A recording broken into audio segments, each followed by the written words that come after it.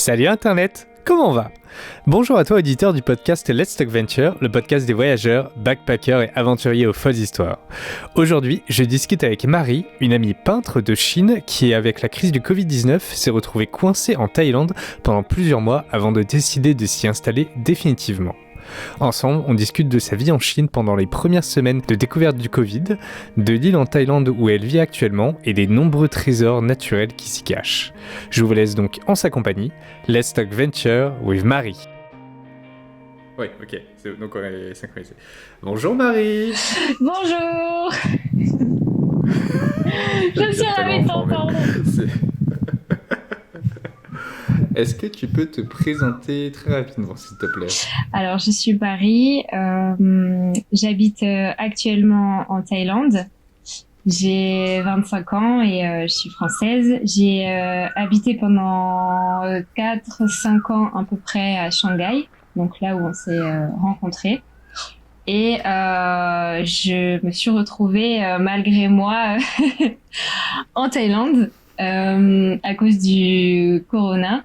Et j'avais pas du tout prévu ça. Et voilà, je me suis retrouvée coincée sur une île. et voilà, maintenant j'habite ici. J'ai décidé de pas retourner en Chine. Et voilà, je suis contente de te raconter mon histoire. Tu es officiellement Tom Hanks dans Seul au monde. Ouais, c'est ça. Tu t'es retrouvé sur une île. Pas pour les mêmes raisons, mais bon. Je savais pas que t'étais resté aussi longtemps. Ouais, alors déjà, attends, j'ai plein de trucs qui me popent en tête d'un seul coup. Déjà, comment on se connaît? On s'était rencontrés grâce à Colline. On avait mangé ensemble pour un déj, je pense. Et c'est comme ça qu'on s'était rencontrés. Et après, on s'était revus plusieurs fois avec Colline et tout ça, quoi. Et Colline, que vous pouvez retrouver dans l'épisode Random Conversation 3 ou 5, je sais plus. Enfin, là, celui où on parle du permis de conduire en Allemagne. Plutôt pas mal. Il y avait Maxou aussi. Ouais, exact. Je les ai eu au téléphone il n'y a pas longtemps. Je savais pas que t'étais resté... De quoi? Je les ai eu au téléphone il n'y a pas longtemps et ils vont bien. Oh. Faut que je les appelle aussi. Mais je savais pas que t'étais resté aussi longtemps en Chine, qu'il y a 4-5 ans. Bah ouais, c'est passé vite, hein. C'est passé vite. Moi aussi, j'ai pas trop vu le temps passer, sachant qu'à la base, j'étais allée en Chine pour seulement 3 mois. Donc j'ai un petit peu étendu. Et mais ça m'a tellement plu que ouais, je suis restée 4-5 ans. Bon, après, j'ai beaucoup voyagé, tu sais bien, en Chine. Et je suis pas restée toutes ces années-là à Shanghai. J'ai beaucoup bougé en Asie et tout. Et du coup, pendant l'un de mes voyages, je me suis retrouvée coincée en Thaïlande pendant le corona. Mais attends, mais du coup, t'étais là-bas pour en échange d'études ou t'avais une opportunité de monter une start-up là-bas? À Shanghai? Ouais. En fait, j'étais partie seulement pour 3 mois avec mon université, tu vois, je faisais une business school à ce moment-là en licence et j'étais partie juste pour 3 mois à Shanghai. Au début, j'avais pas du tout envie d'y aller. Au final, j'ai changé d'avis et je me suis dit si j'y vais pas maintenant, j'irai jamais en Chine et je connaîtrai jamais ce que c'est.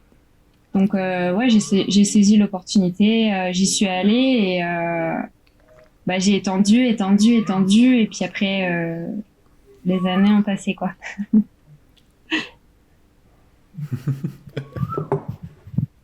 Et du coup, c'est un point un peu chiant que je vais aborder, mais administrativement, donc tu avais un visa. Attends, c'est quoi déjà? Les visas permis? J'ai eu visa étudiant et après, à la fin de mon master, j'ai monté mon entreprise qui est maintenant mon art studio. Et du coup, j'ai pu avoir le work permit. Ouais. Parce que du coup, j'ai mon entreprise en Chine. Ah oui, le work permit. Ouais. Du coup, je m'embauche. Voilà. Et tu t'auto-donnes le visa parce que vraiment c'était tu sais que c'est pour une de ces raisons que j'avais pas essayé de chercher à plus essayer de continuer à vivre en Chine parce que vraiment c'était je voyais déjà la galère administrative que c'était et je m'étais dit, je pas envie Ah, de me mais prendre la tête c'était avec ça, vraiment. hyper Déjà compliqué. que ça. Ouais. Ouais, pour moi aussi, c'était super compliqué pour te dire. J'ai commencé les démarches administratives en janvier pour monter mon entreprise et j'ai eu mon visa de travail fin août. Ouais. Pour te Ouf. donner une Ah idée. ouais. Ouais.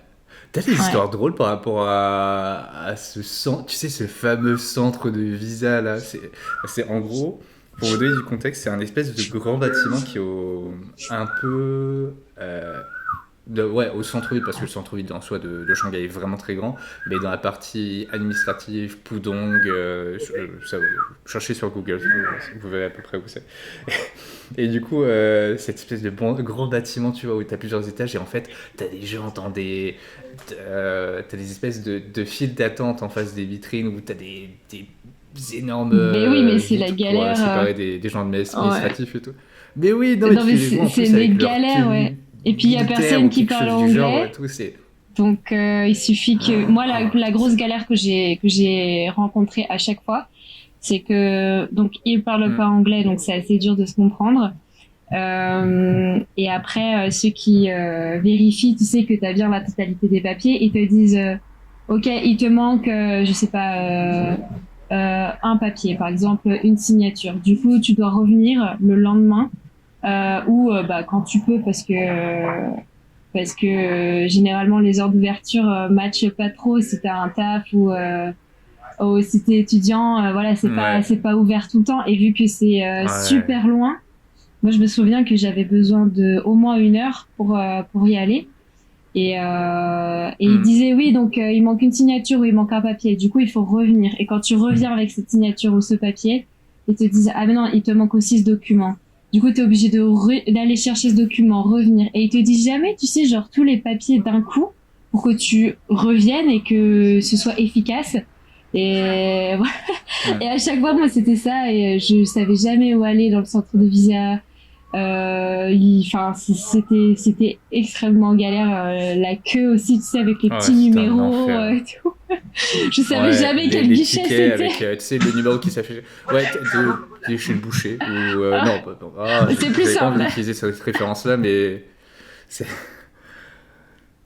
Mais tu sais, en plus, moi, je me souviens, il y avait une fois où, en fait, je voyais que mon numéro, il était tellement loin dans la file d'attente. Enfin, genre, c'est numéro, allez, 65 affiché sur le tableau. Et moi, j'avais le numéro, genre, 300 et quelques. Et là, je m'étais dit, putain, j'en Mais t'es aurais sûr que pour des tu passes pas plombes. pour Et en fait, du aujourd'hui, coup, ouais. non, non, c'est pas ça. C'est qu'en fait, vu que mes cours ils étaient finis et que j'étais juste dans l'administratif pour la prochaine étape qui était 1 mois, 2 mois après, tu vois, euh, je m'étais dit, bon, bah, je vais rester sur mon téléphone, je vais commander sur mon téléphone en attendant. Et en fait, j'ai pas vu que mon numéro il était passé. Oh non, t'as loupé ton tour. Non, ça Et m'est je crois jamais arrivé. et c'est arrivé plusieurs fois de suite en fait. C'était horrible, horrible. Oh, ouais. Et Bah ouais, bon, je dirais que ça va par rapport à la galère que j'ai eue quand les frontières se sont fermées et que, genre, je me suis restée coincée en Thaïlande parce que là, en gros, au niveau des frontières et au niveau des visas, tu vois, ils ont tout annulé, genre, pour tous les étrangers qui étaient bloqués à l'étranger, habitant en Chine. Ils nous ont annulé tous nos visas. Donc par exemple, moi j'avais mon visa de travail qui était encore valable pour 6 mois et annulé. Du coup, j'avais plus de visa pour rentrer. Donc, euh, donc voilà. Donc ça, c'était une bonne grosse galère parce que du coup, j'ai pas pu rentrer ouais. chez moi.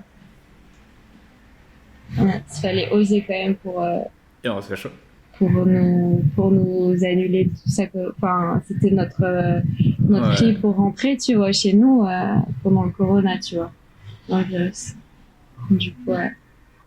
Mais je sais pas si c'est une légende ça ou pas, mais il me semble que les gens qui travaillent dans ces centres de visa, je crois qu'ils ont des consignes, c'est une légende peut-être, hein, mais à vérifier si c'est vrai, que s'ils sont face à un étranger, il faut qu'il soit le plus désagréable possible pour donner le moins envie possible de rester en fait et de faire le visa. Tu crois?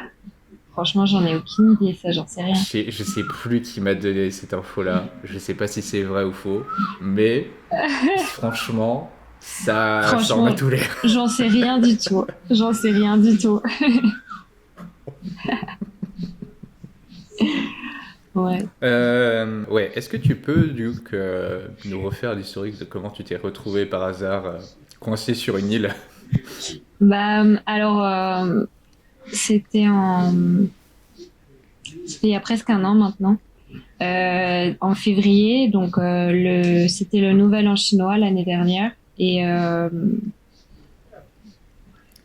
ça devenait très très compliqué en fait avec le virus, avec le corona qui commençait, vu que ça a commencé en Chine, tu vois, il y avait personne qui savait ce que c'était ce virus. Personne ne savait, tu vois, la vitesse à laquelle se propage le virus. C'était très dur de connaître le nombre de contaminés. Enfin, c'était, tu sais, genre la nouvelle d'un virus qui se propageait à vitesse grand V et dont on avait aucune connaissance. Et c'était vraiment vraiment la panique générale à Shanghai et même en Chine. On avait des informations, mais en même temps, on n'en avait pas. C'était des fake news. On savait vraiment pas à quoi se fier. Euh, et il y a énormément de personnes qui sont parties en fait de Chine, tu sais, vraiment pour fuir ce virus parce qu'il y avait une panique générale à ce moment-là. C'était assez intense et c'était super anxiogène en fait parce qu'il y avait personne qui voulait se voir, tu vois. Donc il y a énormément de personnes qui sont parties et les personnes qui sont restées ne voulaient pas risquer de se voir, ce qui fait que il y avait pas vraiment de lockdown, mais enfin il y avait des villes et des provinces qui étaient en lockdown, mais Shanghai à ce moment-là c'était assez relax parce que c'était juste des bâtiments qui pouvaient être en quarantaine, tu vois.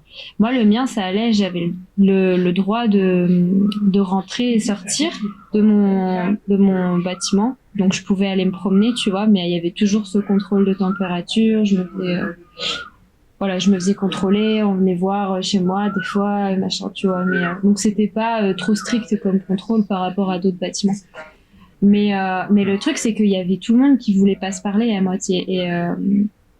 Et moi très vite, j'ai tous mes potes qui sont partis de Chine quasiment, ou qui voulaient pas sortir de chez eux, ou qui avaient leur bâtiment en quarantaine. Et en fait, je me suis retrouvée très rapidement toute seule face à bah voilà, à ce virus dont on ne connaissait rien. Et pour te dire, ouais, Et ça, c'est c'était. arrivé en combien de temps à peu près? Bah, j'ai été dans cette situation pendant un mois et demi, 2 mois, tu vois. Et en fait, le truc, c'est que je Ouais. revenais d'un voyage au Vietnam et j'avais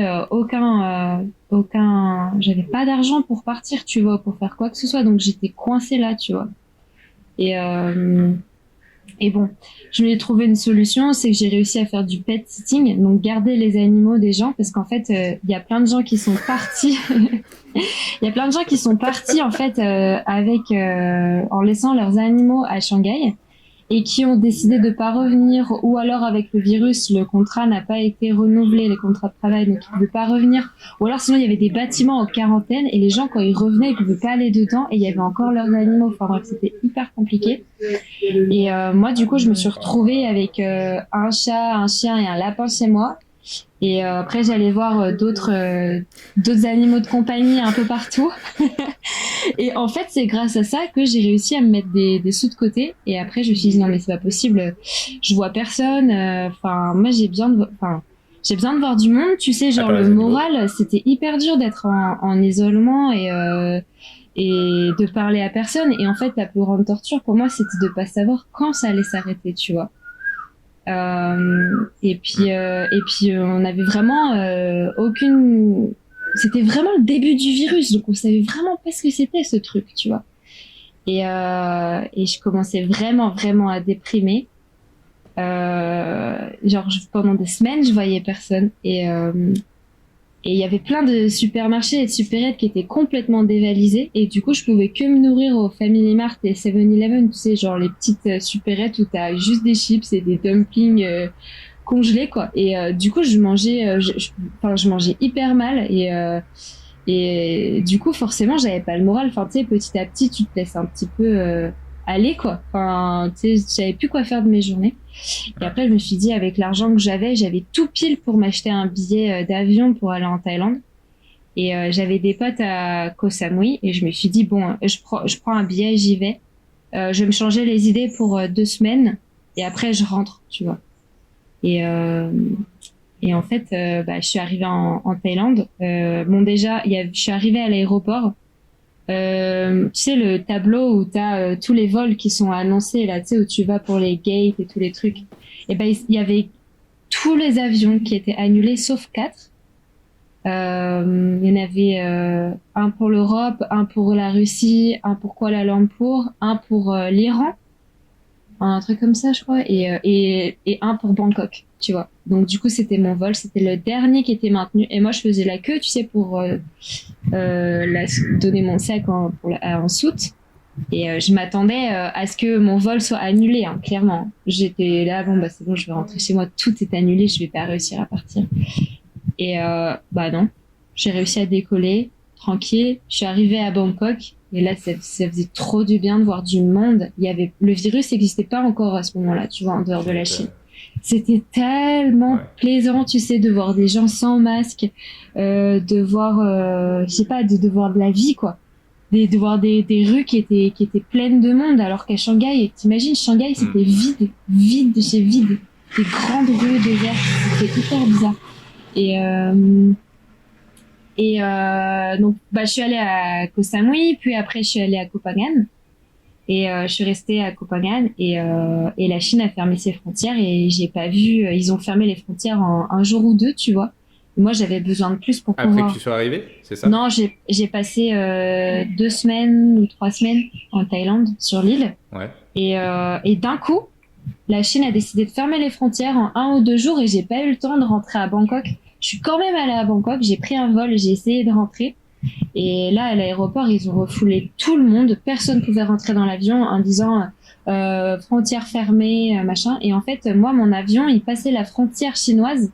L'avion que je voulais prendre passait la frontière chinoise et ça faisait que j'arrivais. Ils fermaient les frontières à minuit et j'arrivais à minuit 10 pour passer l'immigration, tu vois. Du coup, ils ont refusé tout le monde en disant non, c'est trop tard, les frontières sont fermées à cette heure-ci, tu vois.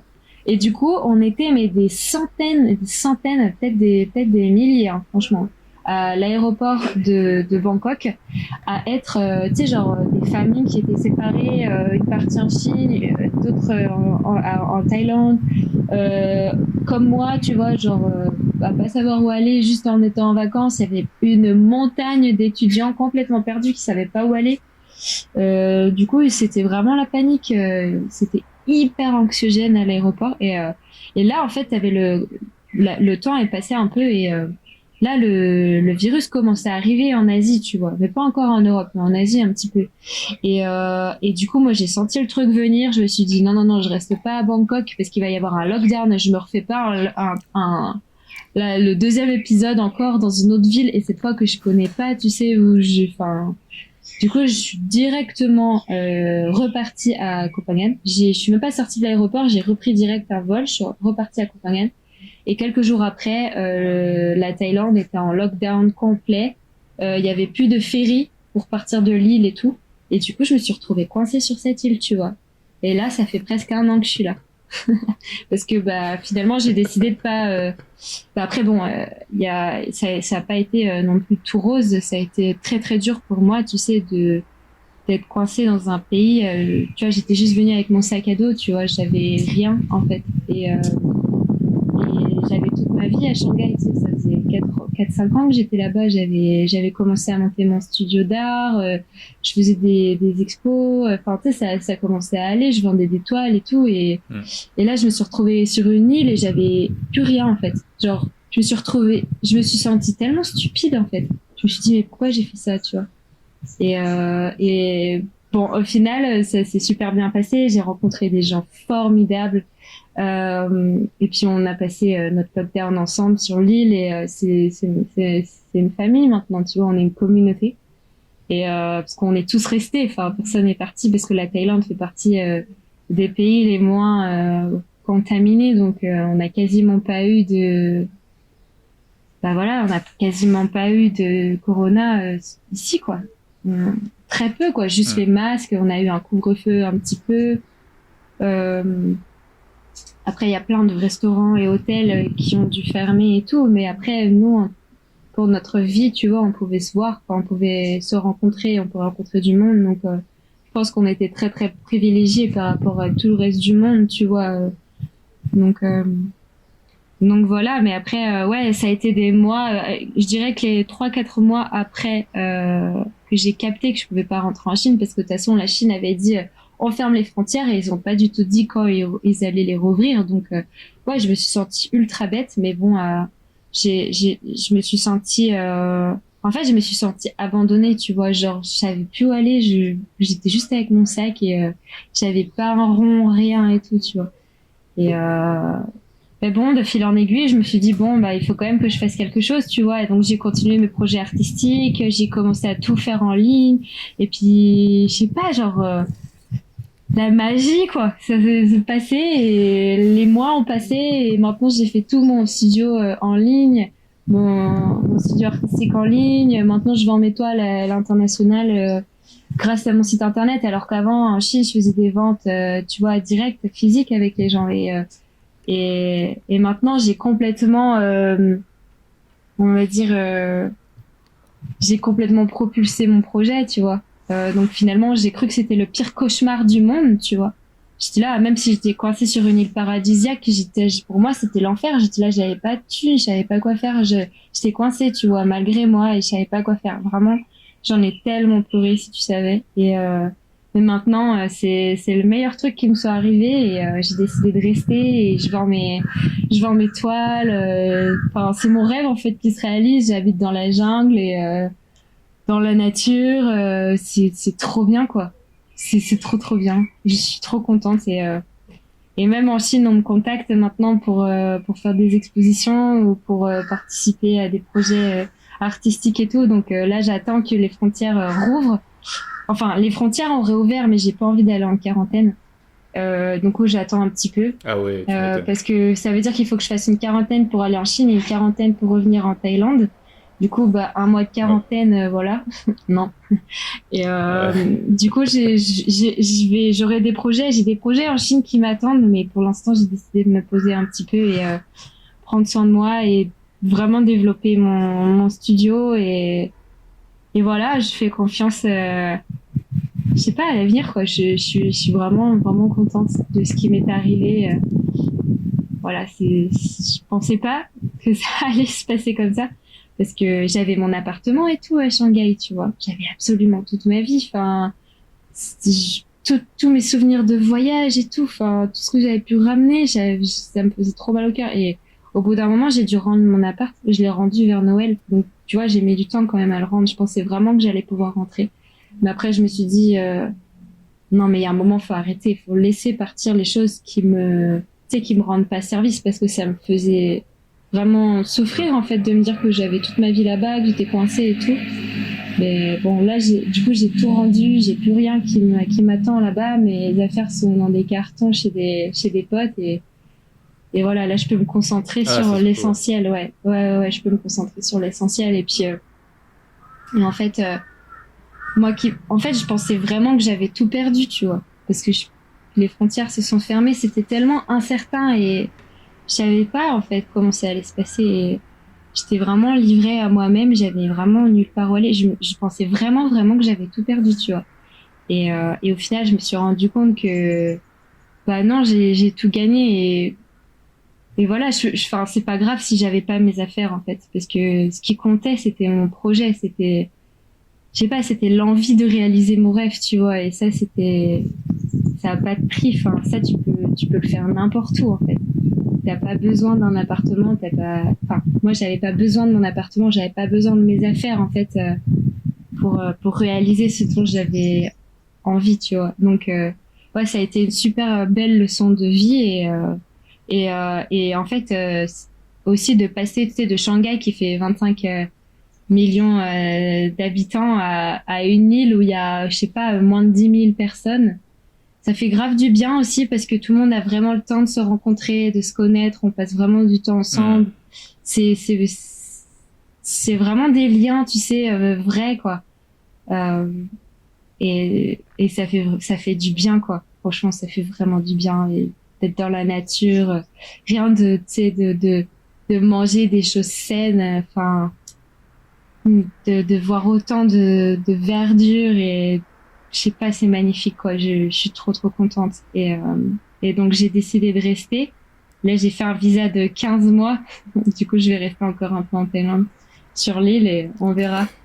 Je fais confiance maintenant, je fais plus de plans et parce que de toute façon, ça arrive jamais comme prévu.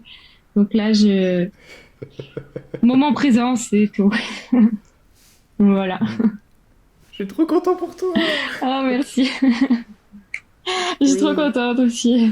Euh, Je suis trop et contente. du coup, est-ce que tu peux me parler de cette fameuse île où tu es? Bah, du coup, je suis à Koh Phangan et c'est une île Qui est en située où? Thaïlande, vers le sud de la Thaïlande. D'accord. Je sais pas si tu vois. Et bah, c'est très touristique en fait. C'est là où il y a toutes les full moon et tout. Je sais pas si t'en as déjà entendu parler.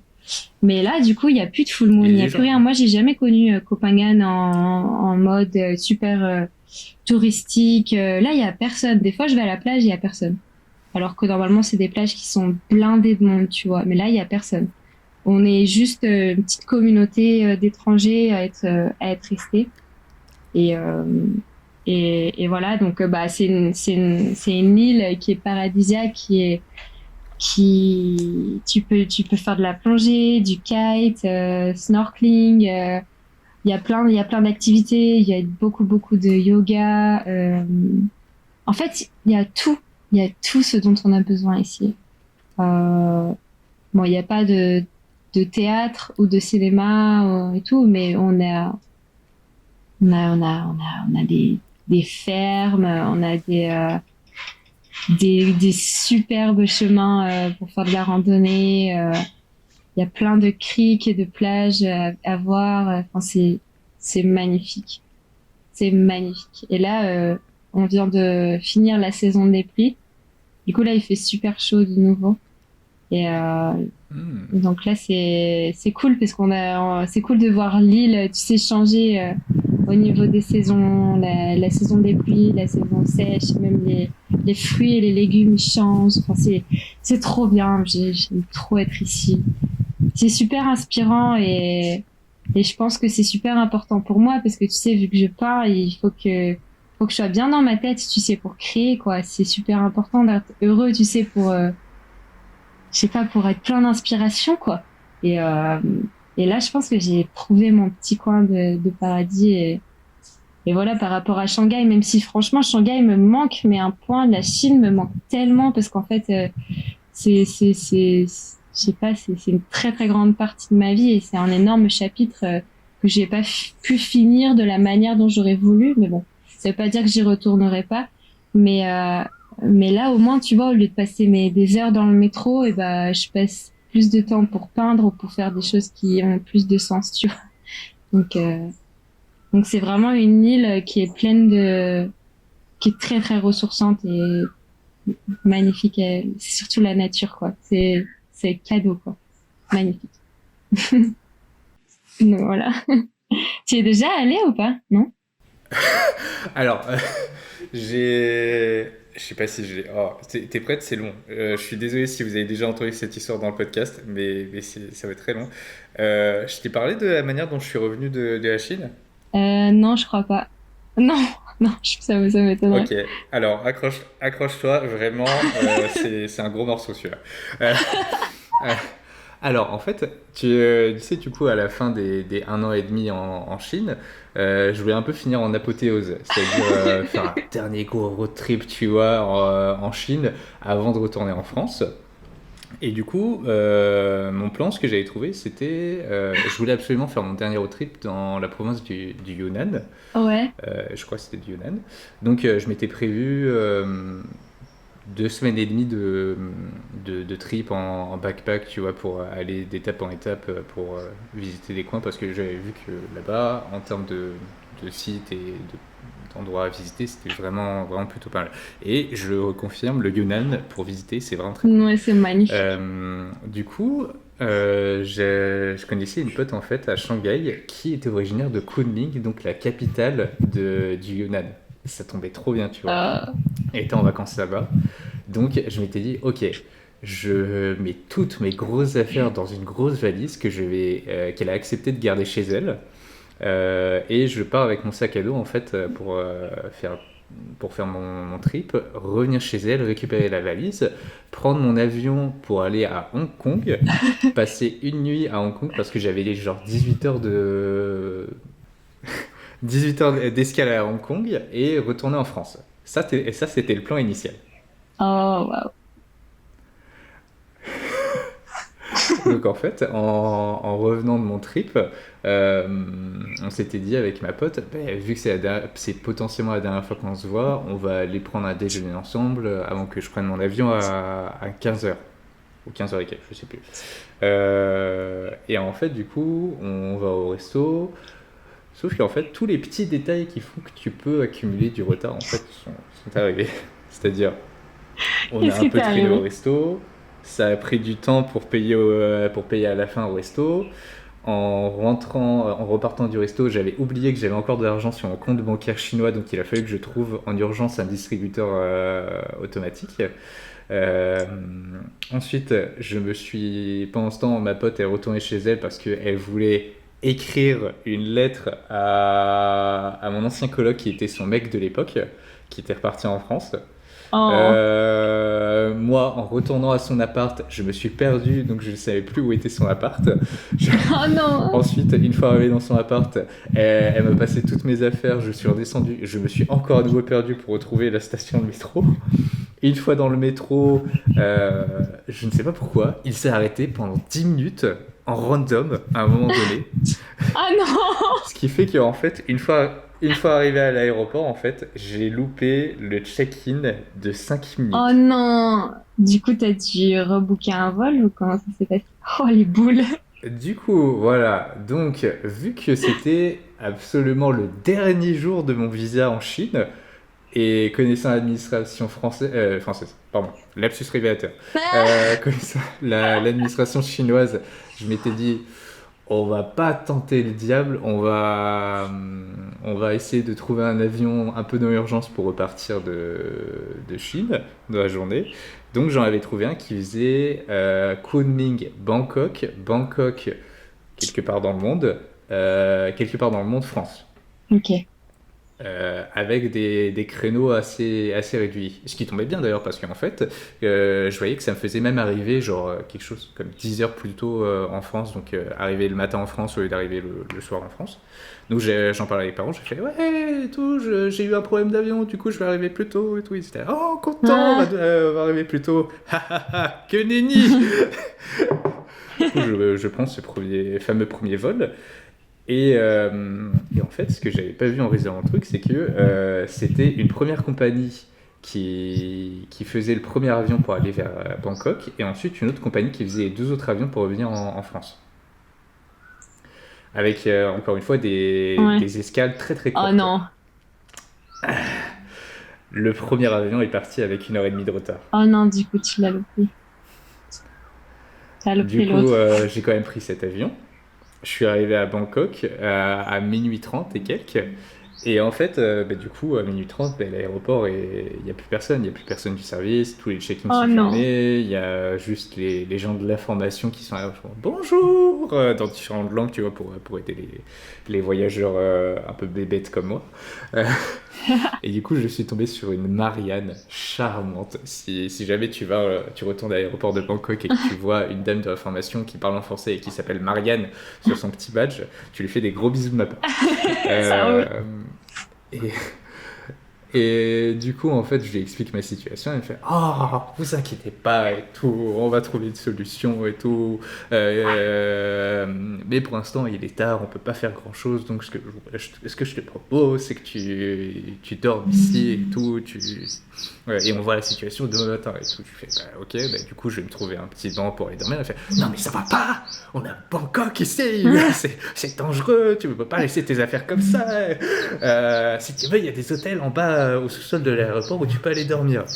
Et du coup, en fait, donc à l'aéroport de Bangkok, au dernier étage, non pas dernier étage, dernier sous-sol, t'as des espèces de petits cubes hôtels et tout qui sont plutôt pas mal, tu vois, où c'est en fait juste des box en bois, très bien construits, où tu peux louer à l'heure en fait combien de temps Ah, tu mais veux oui, dormir. j'avais C'est vu très ça en pratique. Chine aussi. Ouais, et en plus, tu vois, à l'intérieur, c'est plutôt pas mal parce qu'ils ont construit des fausses fenêtres et tout, histoire de pas rendre le truc trop claustrophobe et tout. C'est vraiment pas mal. Ok, Je conseille. si Ça jamais. dépanne bien. Si jamais. Et du coup, le lendemain, je me réveille aux aurores à 6 heures et tout. Je prends un petit déj, je remonte en haut pour aller voir Marianne et tout. Et ensuite, elle me dit: Bah écoute, en fait, ce petit aéroport qui est fautif d'être parti en retard, en fait, ils ont qu'un seul vol en fait, et ils sont ouverts que 30 minutes par jour, parce qu'il n'y a qu'un seul vol qui part, qui fait Kunming Bangkok dans la journée, et il ouvre à 18 heures. Oh, Il était oh 6 heures du non. matin. Oh, l'angoisse. T'as fait quoi du coup? Du coup, j'appelle mon père en urgence en lui disant: Écoute, voilà, c'est la galère. Qu'est-ce qu'on fait? J'ai plus vraiment de thunes parce que je viens quand même de me racheter un billet d'avion. Est-ce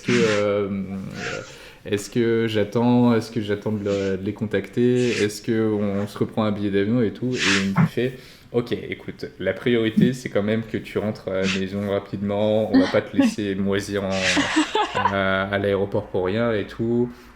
Je m'en occupe, pose-toi et tout, on va gérer ça. Il m'a pris un billet d'avion qui partait à 20 heures. Il m'a pris un billet d'avion qui partait à 20 heures de Bangkok, qui passait par Mumbai en Inde et qui est retourné en France plus tard.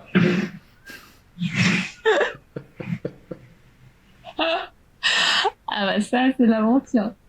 Ouais. Et du coup, bah, j'ai passé 22 heures dans l'aéroport de Bangkok. Oh la Non, pas vache. 22 heures, 20 heures. Coincé dans l'aéroport de Bangkok. Qui est plutôt joli avec toutes ces statues géantes et tout, toutes Ouais. colorées. C'est un peu pas mal. Ouais. Ouais. Ouais, il est pas mal, oui. Donc voilà. Voilà ma connaissance de la Thaïlande et de Bangkok. Ah ouais, donc du coup, t'es pas allé. T'as eu vraiment une brève Attends, expérience. j'ai mieux. Attends, j'ai mieux. Et à la fin, tu vois, en retournant en France, j'étais claqué, tu vois. J'aurais dit, la première chose que je leur ai dit en arrivant, c'était: Je veux du fromage. Ouais. Donc, et du coup, je me suis posé pendant quelques jours, j'ai dormi, je me suis bien reposé. J'ai réouvert mes emails, genre 5 jours après, quelque chose du genre. Et en réouvrant mes emails, je voyais qu'il y avait un mail de Ctrip sur lequel j'avais acheté le billet d'avion qui me disait: Votre avion est en retard. Est-ce que vous voulez qu'on prenne en compte, qu'on s'occupe de la suite des événements? Non, ça ne s'arrête jamais. Ah, t'as pas eu de chance, hein. Je crois que Voilà. j'ai jamais entendu une galère pareille avec les avions. Ah, elle est pas mal, hein. Pas mal. Ça m'est jamais arrivé. Bon, j'ai déjà loupé des avions et tout, mais où j'ai déjà, tu sais, genre dormi dans les aéroports et tout, ça m'est arrivé plusieurs fois, mais pas à ce point-là. Voilà. Pour tous les Français qui vont à Bangkok et qui, si jamais vous passez à l'information, faites pour moi des gros bisous à Marianne de ma part, vraiment. Je sais pas si elle se souviendra de moi, mais voilà. On lui dira. comment ça se passe ces déplacements de scooter chez toi? Parce que je vois que tu te déplaces avec ton chat sur ton scooter, parce que je vois. Ouais. Bah du coup, en fait, il y a ce chat. Je l'ai appelé Marcel et il est super super drôle. Enfin, il a une attitude d'humain presque et à chaque fois, il se pose sur tu sais, où tu mets tes pieds là sur le scooter et il se pousse pas quand je démarre. Du coup, je l'emmène.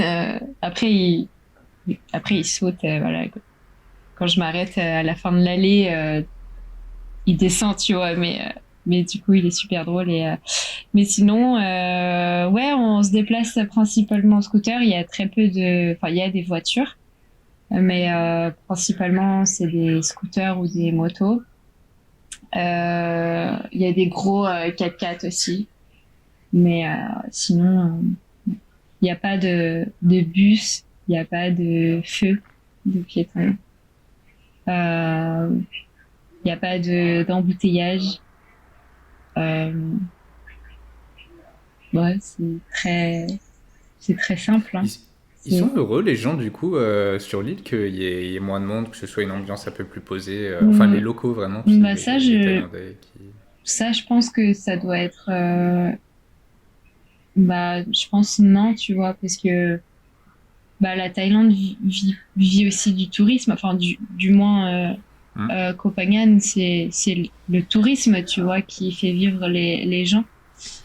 Du coup, il y a énormément de restaurants, d'hôtels, de bars, enfin, tu sais, genre tous les lieux, des agences de touristes, où, tu sais, où t'achètes des billets de bateau, ou des billets pour faire des excursions, des choses comme ça. Enfin, vu qu'il y a plus de touristes, et bah, tous ces gens-là, ils ont dû penser autrement, en fait. C'est peut-être se reconvertir. Je sais pas trop comment ça s'est passé. Euh, parce que, parce que voilà, sinon, ils pouvaient pas gagner leur vie et énormément de restaurants ont fermé, d'hôtels. Ouais, c'est pas simple. Hein. Il y avait à moitié, tu sais, genre le secours populaire. Il y avait des grandes lignes de personnes dans la rue qui faisaient la queue pour avoir, tu sais, à manger gratuitement. Il y a eu une sorte je sais pas, de projet humanitaire, je sais pas trop comment appeler ça parce que je sais pas qui a organisé, mais il y a eu des repas gratuits qui ont été distribués pour toutes les personnes qui pouvaient plus se nourrir. Il y a aussi énormément de Birmans, je sais qu'ils sont restés coincés. Ici, il y a beaucoup de Birmans qui travaillent en, en Thaïlande et du moins à Koh Phangan et qui ont été coincés ici et eux, pour eux c'est pareil, ils ont perdu leur travail et ils étaient coincés en Thaïlande, ils ne pouvaient pas rentrer, donc il y a eu beaucoup de...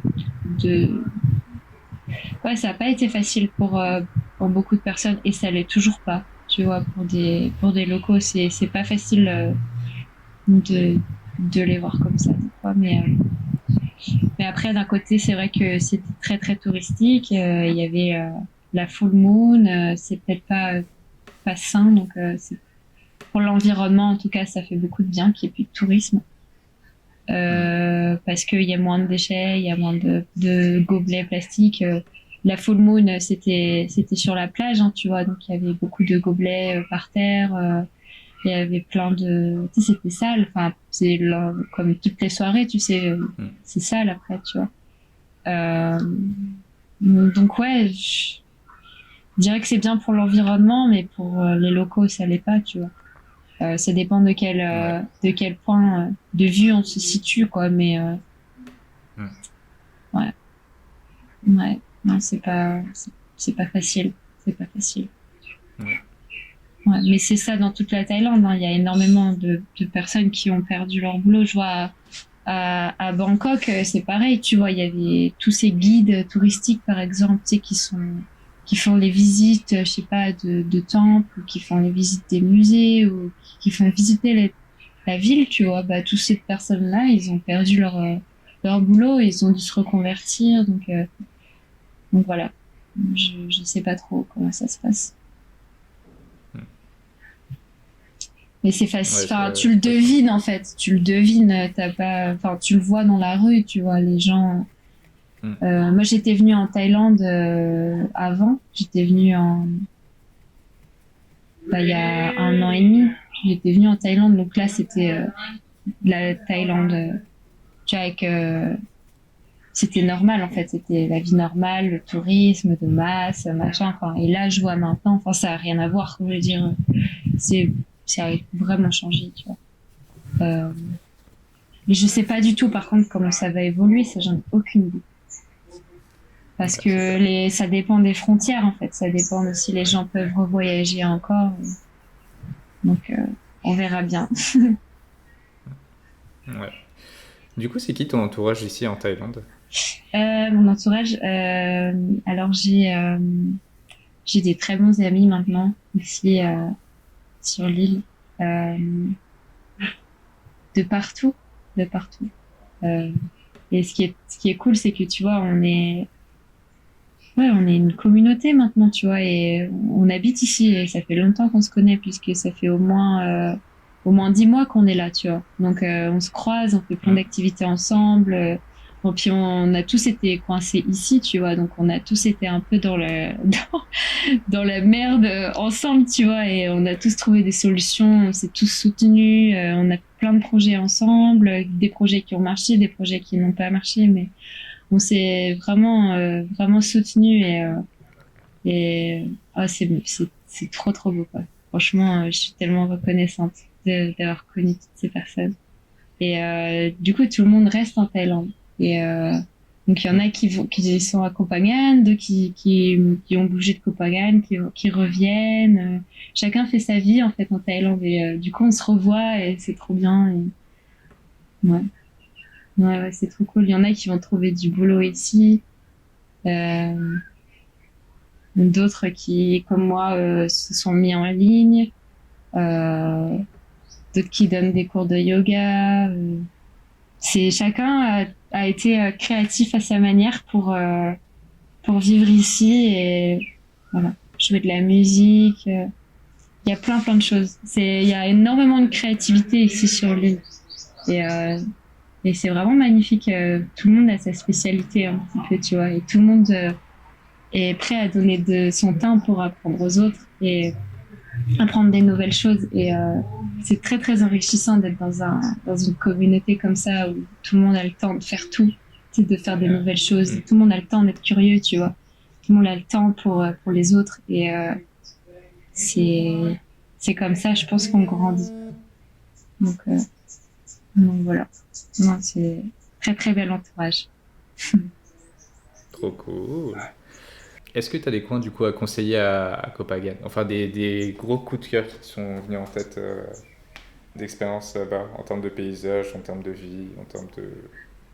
Bah en fait ça dépend ce que tu aimes faire. Je veux dire tu peux très bien aller à la plage et y passer la journée, tu auras des super belles plages paradisiaques et tout, vraiment avec une eau très très claire. Tu prends ton masque et ton tuba et tu peux te faire une après-midi super cool et voir plein de petits poissons et tout. Il y a plein d'écoles de plongée, il y a des écoles de kite. Donc il y a vraiment de quoi faire. Tu peux aussi faire des treks. Il y a des magnifiques treks pour des randonnées où là tu vas sur des plages qui sont inaccessibles par scooter ou alors faut un bon 4x4 ou une bonne moto, tu vois. Mais du coup tu peux faire des randonnées. Il y a aussi des énormes soirées qui sont organisées dans la jungle et au bord de la plage. Donc moi ce que j'adore faire, c'est tu fais une randonnée pour aller jusqu'à cette soirée. Et après, tu reviens en rando, tu vois. Donc, c'est vraiment super soirée super saine. Tu marches 2-3 heures dans la jungle, puis tu danses, tu fais ta soirée, tu te baignes au bord de la plage et tu reviens en faisant la rando. C'est assez physique, hein. Mais t'as ça. Après j'ai adoré. J'ai pris un cours de cuisine thaï. C'était super cool. Il y a aussi des fermes qui se sont montées, donc tu peux faire du volontariat et avec les gens tu peux aller planter des trucs. tout apprendre sur sur le planter des choses de manière complètement naturelle et tout ça. Donc, il y a vraiment toutes sortes d'activités. Tu as énormément d'endroits où tu peux faire des retraites de yoga, des cours de yoga. Tu peux tout faire. Il y a des super bons petits restaurants aussi, de partout. Bon, il y a vraiment de tout, vraiment. Enfin, on s'ennuie vraiment pas. Enfin, moi, en tout cas, je m'ennuie jamais. Enfin, moi, généralement, mon programme, c'est je me lève, il est entre 6h et 7h du matin. Je me pose, je fais mon thé, je prépare mon petit déj, j'écris, je lis, je travaille en ligne, je fais mes trucs. Après, généralement, je vais dans un café, je travaille, je retrouve des potes, on travaille ensemble, on fait nos projets ensemble, on s'aide. On fait beaucoup d'échanges aussi, tu sais, d'échanges de services, entre guillemets, je sais pas comment dire ça. C'est, par exemple, tu vois, l'autre fois, j'ai fait avec une très très bonne amie qui est photographe, je lui ai fait son logo et elle m'a fait un photoshoot pour mes peintures, tu vois. Et on échange des compétences comme ça, et ce qui fait on s'aide. Du coup, généralement, on fait ça le matin. Après, le midi, on va manger. Après, l'après-midi, en fonction du temps, on va à la plage, ou sinon on taffe, ou sinon on se retrouve, on fait des activités. Le soir, coucher de soleil, et puis et pendant la soirée, ça dépend des événements qu'il y a. Et voilà. C'est simple, mais c'est bon. Franchement, j'ai pas vu l'année passer, quoi. Trop bien. Donc voilà. J'aime bien finir les interviews du coup sur une petite histoire drôle et improbable, si jamais t'en as une. En vrai, c'est un peu du même acabit, hein, similaire à ce que j'ai dit par rapport à Bangkok et à mon avion. Tu veux dire sur l'île? Oh, peu importe. C'est voyage improbable. Un voyage improbable. Fail improbable de voyage. Oh, j'en ai tellement. Mais je saurais pas par où commencer. Si, je pense qu'une des plus belles rencontres que j'ai pu faire, c'est quand j'ai commencé à peindre. C'était comment j'ai eu ce déclic de me dire que je voudrais monter mon studio. En fait, j'avais eu ce livre pour mon anniversaire sur la route de la soie, et j'étais partie. J'avais traversé toute la Chine, de Shanghai jusqu'à l'ouest, donc Xinjiang. Et il y a Colline qui a fait une partie de ce voyage-là avec moi. Et après, on a traversé la frontière, et c'était super drôle comme voyage avec elle.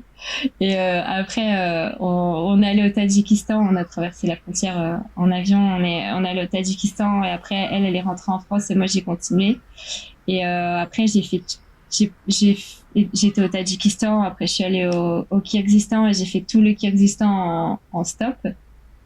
Et après, je suis arrivée en Ouzbékistan. Et là, j'ai rencontré. En fait, j'avais jamais vu de mosquée de ma vie. Et j'avais vu je voulais vraiment voir une mosquée, et j'ai cru que c'était une mosquée, mais c'était pas une mosquée. À l'intérieur, c'était un studio d'art. Et c'était trop beau. Il y avait plein d'art partout. Et au fond, il y avait une petite porte, et j'ai passé ma tête, et il y avait une femme ouzbèque qui peignait, et du coup, j'ai essayé de parler avec elle, et elle m'a proposé de peindre avec elle. Donc c'était super beau comme moment, et du coup c'était un peu ma première initiation à la peinture, et elle m'a montré les couleurs, comment faire, la technique, et Après, il y a d'autres artistes ouzbeks qui sont venus et j'ai passé vraiment un super beau moment avec eux, super simple et juste, tu vois, bon, je parle pas russe ou je parle pas, tu vois, le dialecte de là-bas, donc on pouvait pas se comprendre, mais c'était super marrant comme moment parce que c'était que des gestes, c'était juste passer des couleurs, des pinceaux, s'aider et tout, et c'était trop beau et ouais, c'était trop bien. Et après, j'ai fait une grande partie de ce voyage en stop. Et après, je suis partie au Kazakhstan. Et là, c'était pareil. En fait, j'étais au Kyrgyzstan et ça faisait genre 4 heures que j'étais sur la route et que je faisais du stop. Il n'y avait pas de voiture. Et là, je désespérais et je me suis dit, bon, si ça va dans ce sens, il y a une voiture qui me prend et qui va dans ce sens, je vais au Kazakhstan. Si ça va dans ce sens, je vais en Ouzbékistan. Et direct, c'était Ouzbékistan. Du coup, je suis partie directement en Ouzbékistan. Et c'est là où j'ai rencontré cette femme. Et après, je suis partie au Kazakhstan. Et figure-toi que j'ai rencontré le champion du Kazakhstan je sais pas comment on dit, de soulever des poids avec le petit doigt. Il m'a pris en stop. Et moi, je comprenais rien. Et après, il m'a montré des photos, il m'a montré des trucs, qu'il était dans le journal et tout, sauf que moi j'étais pas sûre de comprendre parce que ça me semblait pas, je sais pas, ça me semblait tellement drôle, je m'attendais pas du tout à ce qu'ils me disent qu'il se présente en tant que champion pour lever les poids avec les petits doigts et ça m'a trop fait marrer. Et pareil, avec lui on se comprenait pas, mais on a trop rigolé. Et voilà, il m'a montré il avait tous ces articles de journaux où ses records avaient apparu dans le journal et il les avait tous, tu sais, dans la petite, je sais pas comment on dit là, tu sais, c'est la boîte à gants. La boîte à gants, ouais. Et du coup, il les montrait à chaque fois, tu vois, et c'était grave un bon moment et ouais, c'était trop cool. Je m'en souviendrai pendant longtemps de ce voyage. Improbable. Ouais. Donc voilà, tu sais tout. Enfin, ouais. Il y a toujours plein de choses qui se passent en voyage. Toujours. Je t'en raconterai peut-être une prochaine fois. Ça va. Merci beaucoup, Marie. Merci beaucoup aussi. Je suis trop contente. Est-ce que tu vas rajouter merci. Un dernier mot Oui, moi aussi. Est-ce que tu veux rajouter un dernier mot avant qu'on finisse l'interview? Je suis vraiment super contente d'avoir passé ce moment avec toi, surtout que ça faisait longtemps qu'on n'avait pas été en contact et je trouve que c'est une super belle manière de se parler et de se donner des nouvelles et surtout d'immortaliser cet instant et du coup ça me fait vraiment plaisir. Je serais contente de le regarder et de le réécouter plus tard. Merci beaucoup. Merci à plus. Gros bisous. Un grand merci à Marie d'avoir accepté de me laisser enregistrer cet épisode et surtout, merci à vous d'avoir écouté cet épisode jusqu'au bout. Je vous invite chaudement à aller écouter les autres épisodes de Let's Talk Venture en me retrouvant sur Apple Podcasts, Deezer, PodCloud, Spotify, YouTube, les archives d'internet et vos applis de podcast dédiés. Vous pouvez m'aider à faire grandir ce podcast en y mettant une note et un commentaire sur Apple Podcasts ou YouTube, mais surtout en partageant le podcast et en parlant autour de vous. Je compte sur vous. On se retrouve très vite pour de nouvelles aventures.